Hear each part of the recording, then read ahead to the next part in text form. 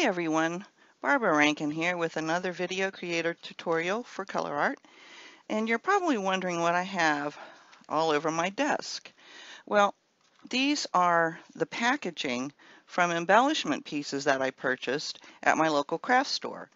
And here's one that I saved the paperwork for. This is from Tim Holtz's Ideology. This was his carousel clips. And you can see the packaging makes a very nice mold for these shapes. This is quite thick, and it doesn't have to be that thick when we pour whatever we pour into this. So let me just quickly go through. This is from, I think it was Tim Holtz word bands. This was from Tim Holtz, I believe it was keyholes. And here's another one that has different shapes, two different sizes of rectangles. This is very thin, so this would have been the inner portion of the packaging, as would have been something like this to hold that whatever was inside here in. Then I have, this is his vignette bases. There is a slight design on it, so it's may or may not really show up. I'm not real concerned about that. I just want to play, and it's just going to cost me a little bit of PermaStone. This one had his little quote tiles, and it's layered, and so I thought this could be quite interesting, the way it's layered on top of each other. So it's all about playing. We're going to make some embellishments with these. And if you get something like this, well, they're all like this except for the inside pieces, you're going to want to cut it apart down the middle. Otherwise, it's going to keep flipping like that.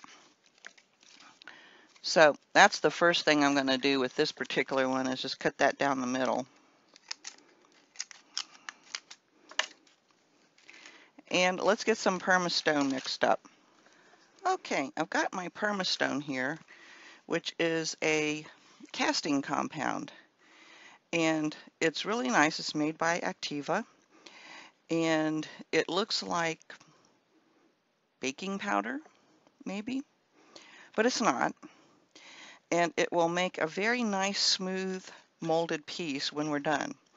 But before I start mixing up my PermaStone, I wanted to grab a few primary elements and see what results I can get by dusting the colors, a color into a mold.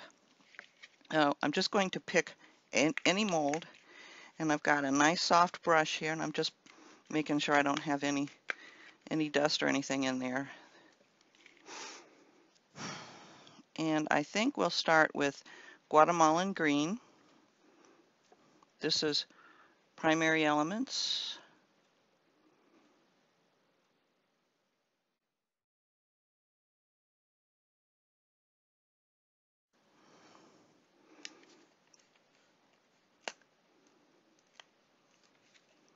And I don't need a lot.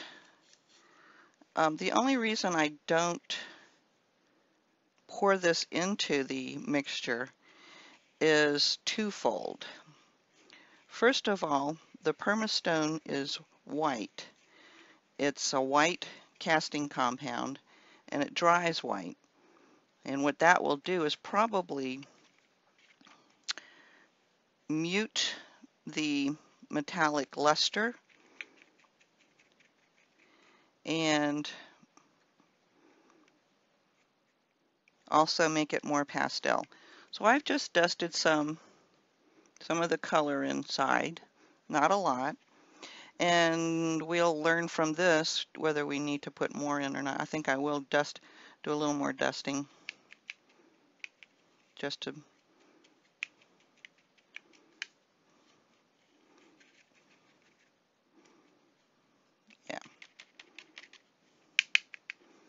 what it doesn't use will rub off, I would imagine. And let's try, here's that deep mold I was talking about. Now this one you can see it's not going to stay straight, so we're going to have to find something to prop that up while it's drying. Otherwise we'll have a lopsided pour. Still too high. Let's see. Can use a mold that I can use a piece of packaging that I'm not using. Now I'm going to try bronze medallion.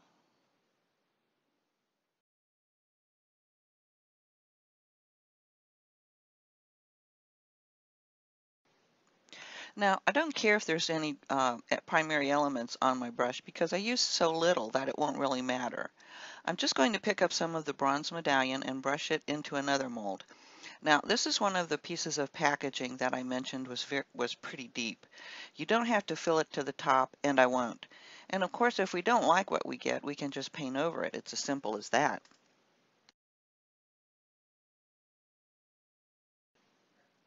Now let's try the one that the keyholes came in. I'm just going to add some primary elements to two of the outer openings, keeping the center plain. I think we'll do Merlot in one of them and the hot cinnamon in the other one.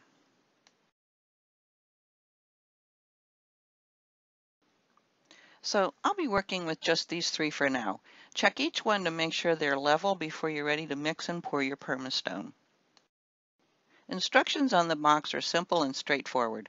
Add water and stir the PermaStone mixture slowly until the consistency of heavy cream, which is pretty much what I do. Now I've got about a half a cup of the powder here, and I've filled this bottle with water.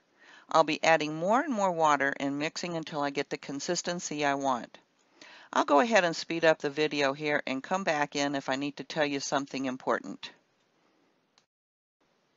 Oh, and I forgot to mention, in case you're sensitive to powders, you might want to cover your nose with a filter mask or something like that, just to be safe.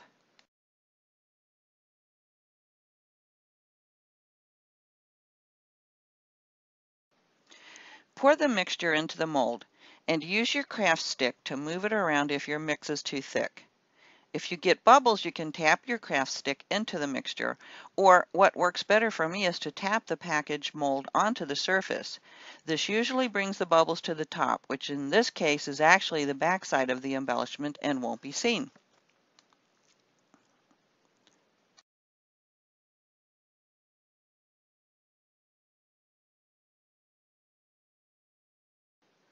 After filling these three molds, I still had some of the mixture left. I added more water to thin it again because it had gotten thicker as I was working.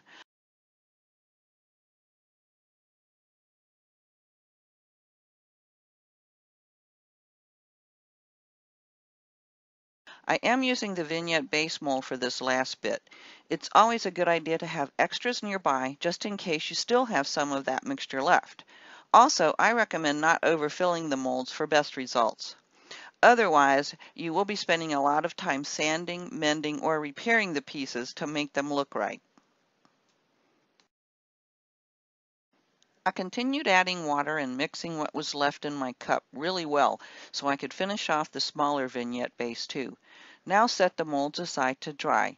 This may take several hours depending on your weather and temperature. Okay, so it's been a couple of days and my pieces are dry, except for this one, which is the vignette base. It still feels cool to the touch, probably because it is thicker than the others, so we may not be able to work with this one in this video, but we'll see. So this is the keyhole packaging, and although I didn't brush any pigment in the center section, it looks like the powder migrated into it a little. There may be some rough edges on your pieces from pouring into our packaging, or molds as we will call them, but these are very easy to smooth away just by using an emery board or a piece of sandpaper. See how nice and smooth that edge is now? And the product is very smooth when cured, and it feels almost like stone or marble. And with the exception of a few spots, the powder doesn't seem to be rubbing off either. So I'll go ahead and release the rest of these, but I want to show you that they do have a nice effect if you're looking for a stone or marble look that has just a hint of color to it, just like something you might find in a tile shop. I sure plan to experiment with these pigments some more to see what effects I can achieve. Now here's a pack of sandpaper I got at the dollar store. It has several different grits, and I'm using 80 grit, which is the roughest piece in the pack. And you can just take your piece and rub it over the sandpaper like this, and on a nice flat surface, it will keep the sanding even and level. I still like to go back to my emery board to smooth the edges and for the more detailed areas. I'm also using a cloth to clean off the dust particles. So I'll go ahead and sand the rest of the pieces, and then I'll come back and we can start painting them. Oh, and let me show you the vignette bases that I made using those last bits of the PermaStone. I'm not really very happy with these. They are not smooth and look gritty and somewhat crumbly. The PermaStone was drying up in the cup and I added more and more water, trying to get a smooth consistency. But it does say on the package not to reconstitute it after it dries. Hence, lesson learned. I will try this again sometime with a fresh batch of the PermaStone, with better results, I'm sure. Before we start painting the pieces, I've lined them up with their respective primary elements color that I used when pouring them into the molds. I also wrote on the back of them what pigment I used, so I may refer to them during the video. If you'll remember, this piece here was part of a 3-part mold, had these 3 together. And I didn't actually brush any pigment into this one, but I think the colors that were in these 2 pieces kind of migrated into this one, which is why you see some color on there, but not a lot. Now for some fun.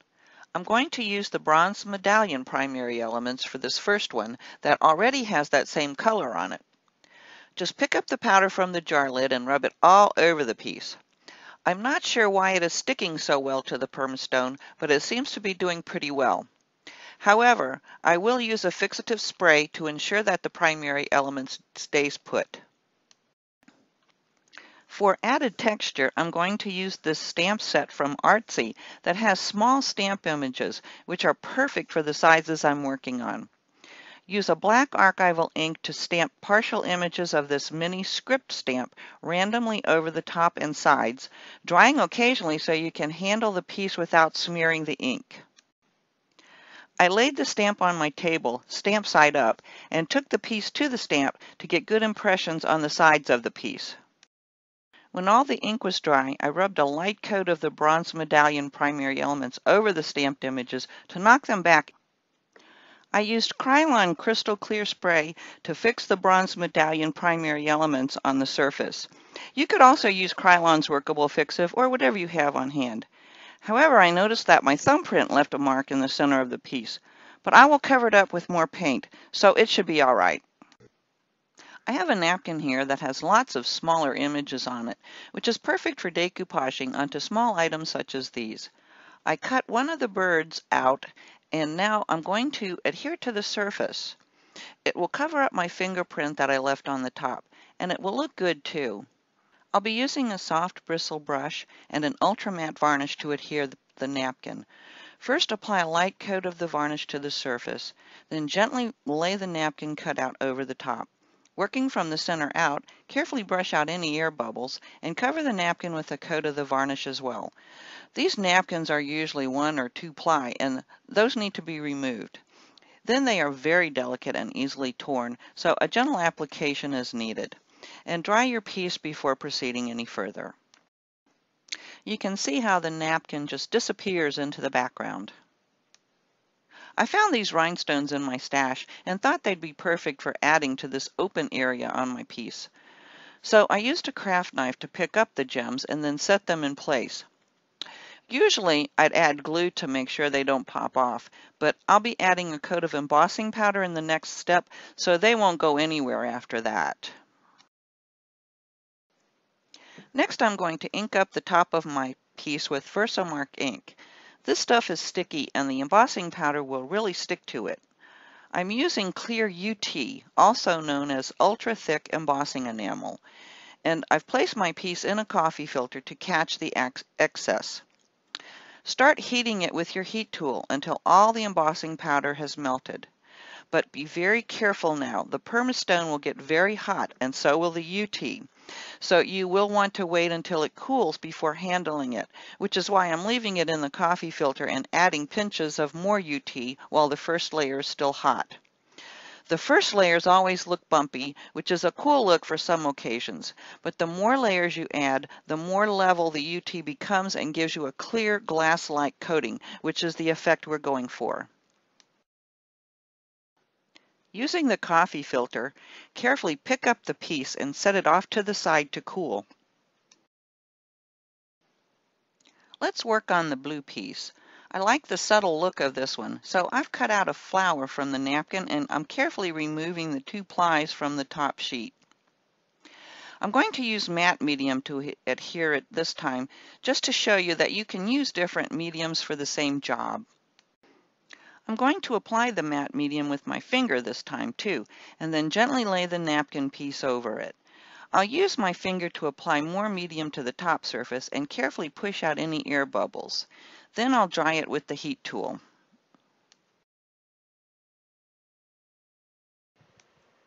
I added a couple of rhinestones in the upper left corner, and then I'll add a coat of the crackle accents over the top. By placing my PermaStone onto a piece of cardboard and some non-stick craft sheet makes it easy for me to pick it up and move it out of the way to dry. And you will want it to dry naturally for best results. If you get any bubbles, you can use a straight pen to pop them.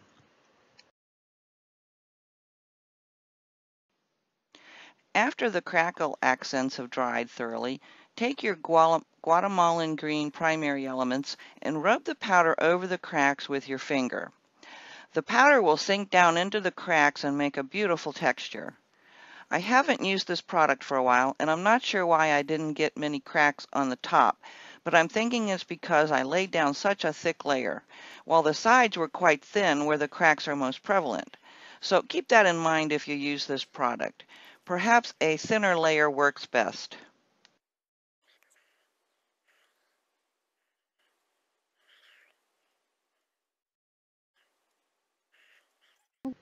Let's work on the Merlot piece next. I'm going to intensify the color on this one by first inking it up with the Frost Versamark ink. As I apply the ink to the sides, I'm trying to be extra careful not to touch too much of the inked areas. It is sticky just like the clear Versamark, but has a slight frosty appearance. I've never used it, so I'm just being curious. First, I picked up some of the Merlot with a dry brush and brushed it over the ink, leaving some areas blank. Then I grabbed the bronze medallion and covered the rest of the open areas with it. You'll see that as I blended the colors, I used the end of my paintbrush to move the piece around, so I didn't touch the piece and make fingerprints again. Then I added some more Merlot in to bring back that nice orange color. And lastly, I brought in some of the Guatemalan Green again to add that patina touch to it.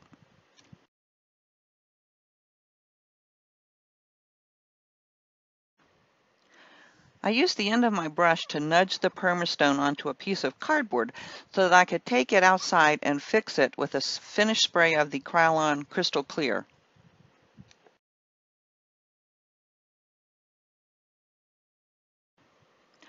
I have a different idea for this next piece.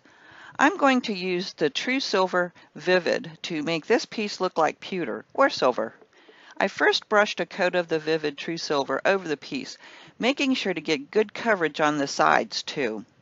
And then I used my heat tool to dry it. Next, I placed the piece onto a coffee filter and then chose one of the stamped images from the same artsy stamp set. Using Versamark ink, I stamped the image onto the top portion of the PermaStone and poured the black pus embossing powder over it. When heat set, it had a more raised and gritty feel and look to it. Now, I've had this embossing powder for a while, but regular black embossing powder would work just fine.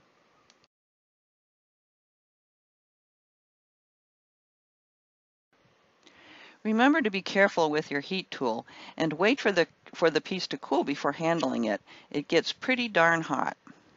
I know it looks like I picked it up right after heating it, but remember, this is a video and not real time. Now I'm painting the black embossing powder with a coat of the True Silver Vivid Ultrametallic. Now I'm going to antique it with a wash of the China Black Vivid Ultrametallic and some water. Then take a soft cloth and wipe away the excess. If needed, you can add another coat and repeat the process. Using the black archival ink pad, I'm adding more antiquing to the stamped image by hitting those high spots with the ink pad, being careful not to get the ink elsewhere. I also added some of the black ink to the edges. Next, I'm going to glue a small metal keyhole to the bottom section of my PermaStone piece using my Fast Grab tacky glue.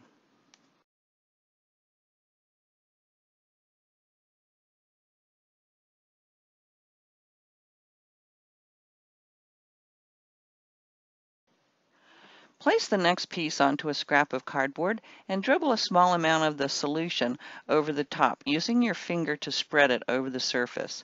This product will turn your primary elements into a watercolor wash and also acts as a binder.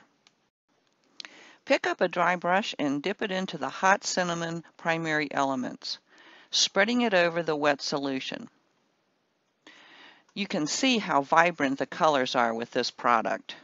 But by the same token, adding more of the solution will dilute the color and turn it into a wash of watercolor without actually watering it down. You can see what I mean here, where I've added more of the solution and less of the Guatemalan Green for a more translucent watercolor look. Or add more pigment for a deeper color.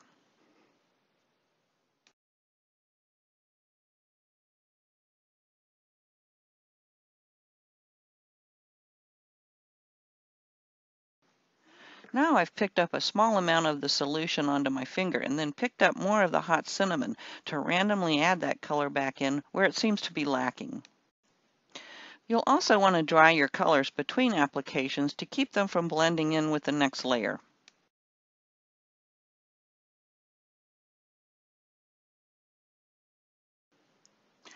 I chose this small flower vine image from the same artsy stamp set. So I inked it up with the black archival ink, and then I stamped it onto the bottom portion of the PermaStone piece, allowing it to drape over the edge. Next, I picked up the black archival ink onto my finger and distressed the edges of the piece, adding more black around the sides as well. Next, you'll need to remove the screw from a Tim Holtz hitch fastener and also remove the shank from a metal button. Grab a clear drying glue that is made to adhere metal and glue the hitch fastener to the bottom part of the PermaStone and then glue the button to the top circular piece on top.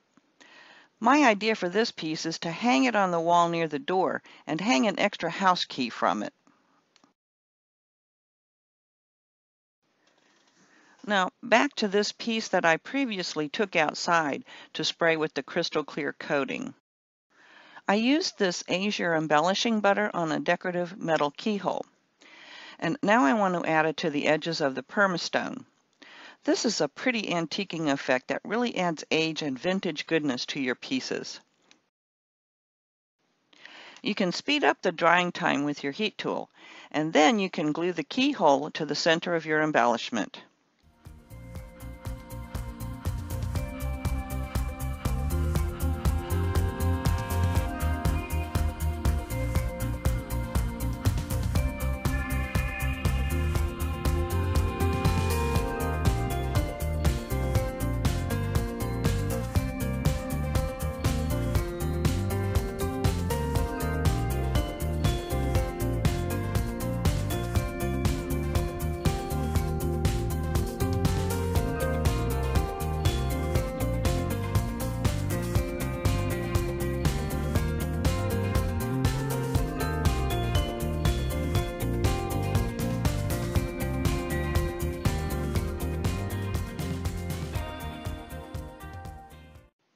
For more inspiration from the design team, you can follow these links to our social media sites.